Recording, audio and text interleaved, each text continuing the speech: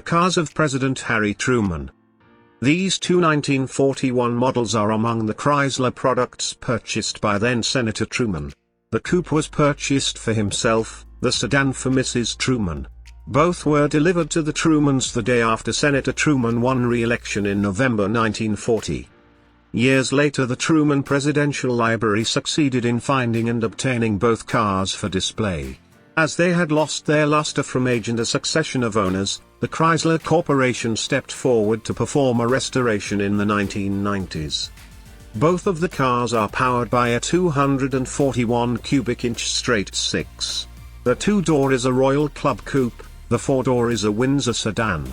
The Windsor was the second most popular Chrysler that year, while the Royal Club Coupe was the third most popular.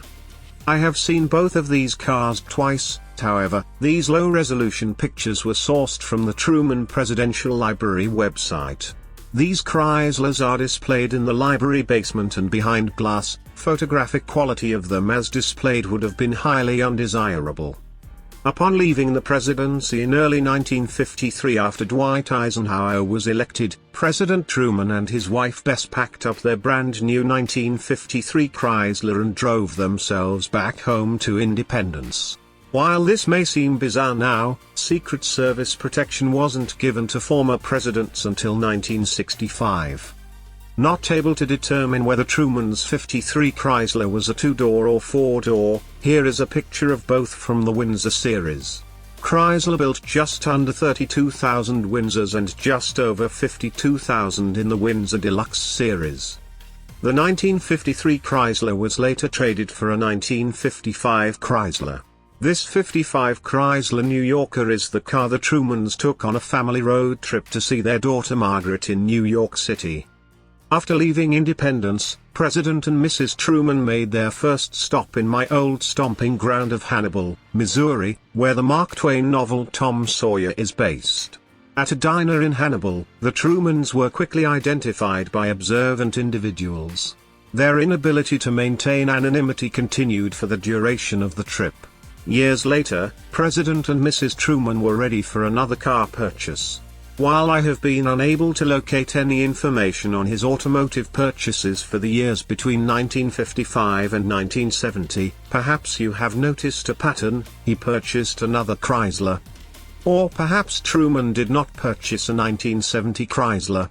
The picture above comes from the Truman Library and it states the car is a 1970. Information from the maintainers of the home, the National Park Service. The home and library are two separate entities, stated Truman had a 1969 Chrysler that he traded in 1972. Resolving discrepancies like this is when research can be fun, and while the Chrysler above is represented as a 1970, the side marker light is more like that of a 1969 model. This is a 1969 Chrysler. Other than the grille and trim, there is minimal difference between the 2 years, yet the discrepancy in information is annoying. The marker light on this 69 Chrysler is more like that seen 2 pictures above, near Truman's left knee. I'm leaning toward it being a 1969 model. Perhaps the Valiant in front of Truman could shed some light on things, but I cannot ascertain enough detail to distinguish it as either a 69 or 70. President Truman died in 1972, 6 months after buying his very last Chrysler. This 1972 Newport was used by Mrs. Truman until her death in 1982. At that time, Margaret Truman donated it to the National Park Service, the agency that maintains the home and property. The four-door Newport Royal was the most popular Chrysler for 1972, with 47,400 being built. One could argue this has been among the best treated of them, and with just under 19,000 miles it is likely one of the lowest mileage examples in existence. Information on the Truman home website stated Truman was fastidious about car maintenance, having his cars washed and vacuumed every few days with smoking in the cabin strictly prohibited. The 1972 Newport is still maintained and stored in the garage of the Truman home. It is sometimes visible for display during the summer months. On a trip through the Truman home in 1999, Mrs. Jason and I were able to see the rear of this Chrysler in the garage.